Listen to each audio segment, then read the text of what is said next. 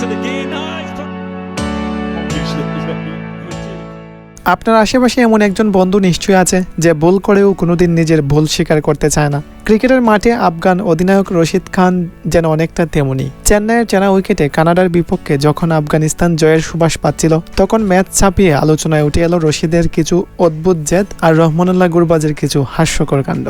ম্যাচটা তখন পুরোদমে আফগানিস্তানের পকেটে। কানাডার জয় পেতে হলে অলৌকিক কিছু দরকার ছিল। এমন একতরফা ম্যাচেও কিন্তু উত্তেজনার কমতি ছিল না, বিশেষ করে যখন বাংলাদেশি আম্পায়ার গাজী সোহেল এবং রশিদ খান একে অপরের মুখোমুখি হয়েছিলেন। রশিদের একটি গুগলি আছড়ে পড়ল সাদ বিন জাফরের প্যাডে। আম্পায়ার গাজী সোহেল মাথা নেড়ে জানিয়ে দিলেন নট আউট। রশিদ ভাবলেন হয়তো তিনি আম্পায়ারের চেয়েও ভালো বুঝেছেন।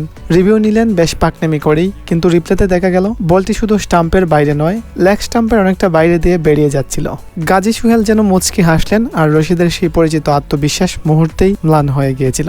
আসলে ক্রিকেটে যখন কেউ অতিরিক্ত পাওয়ার চেষ্টা করে, তখন অনেক সময় সাধারণ যুক্তিগুলো মাথা থেকে বেরিয়ে যায়। রশিদ হয়তো ভুলে গিয়েছিলেন যে গাজী সোহেল বেশ দূর থেকে বলের লাইনটা নিখুঁত দেখছিলেন। রশিদ খানের এই রিভিউ বিলাস শুধু একটা হারানো সুযোগই ছিল না, ছিল গ্যালারিতে বসা দর্শকদের জন্য বিনোদনের এক চমৎকার খোরাক। তবে বিনোদন যদি রশিদ খানই শেষ হয়ে যেত তবে চলতো, আসল নাটক তো তখনও বাকি ছিল। উইকেট কিপার রহমানুল্লাহ গুরবাজের হাতে। মোহাম্মদ নবীর করা 17তম ওভারের কথা ভাবুন। ক্যাচ উঠল আকাশে, গুরবাজ ক্যাচটা নিতে পারতেন সহজেই, কিন্তু হঠাৎ করেই কোথ থেকে যেন উদয় হলেন লম্বাদেহী আব্দুল্লাহ আহমেদ জাই।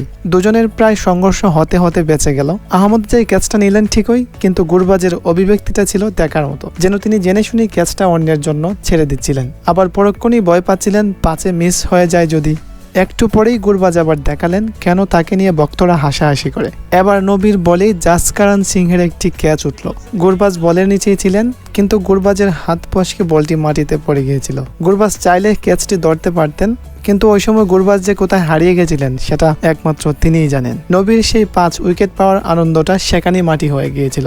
গুরবাজের হাসি মাখা মুখ দেখে বোঝার উপায় নেই তিনি কোনো ভুল করেছেন নাকি মজার চলে ক্যাচটা ছেড়েছেন। মাঠের এই মজার ঘটনাগুলোর আড়ালে আড়ালে কিন্তু একজন মানুষ নিজের কাজটা ঠিকই করে যাচ্ছিলেন। দ্য প্রেসিডেন্ট মোহাম্মদ নবী। মাত্র 7 রান দিয়ে 4 উইকেট। 39 বছর বয়সে এসেও তিনি বুঝিয়ে দিলেন এই তরুণদের হইচই আর পাগলামির মাঝে তিনি আফগান ক্রিকেটের আসল স্তম্ভ। ক্রিকেট মানে তো কেবল 4 ছক্কার ফুলঝুরি নয়, ক্রিকেট মানে মাঠের মাঝখানে এমন কিছু মুহূর্ত যা আমাদের যাপিত জীবনের কথা মনে করিয়ে দেয়। রশিদের সেই বল, জেদ কিংবা গুরবাজের খামখেয়ালিপনা আমাদের বলে দেয় খেলোয়াড়রা যত বড়ই তারকা হন না কেন, দিন শেষে তারাও মানুষ। আর মানুষের এই ছোটখাটো বলগুলো খেলাটাকে প্রাণবন্ত করে রাখে। আচ্ছা, আপনার কি মনে হয় রশিদ খান কি সত্যি উইকেটের নেশায় অন্ধ হয়ে গিয়েছিলেন, নাকি গাজী সোহেলের সাথে স্রেফ একটা পাকনামি দেখিয়েছিলেন?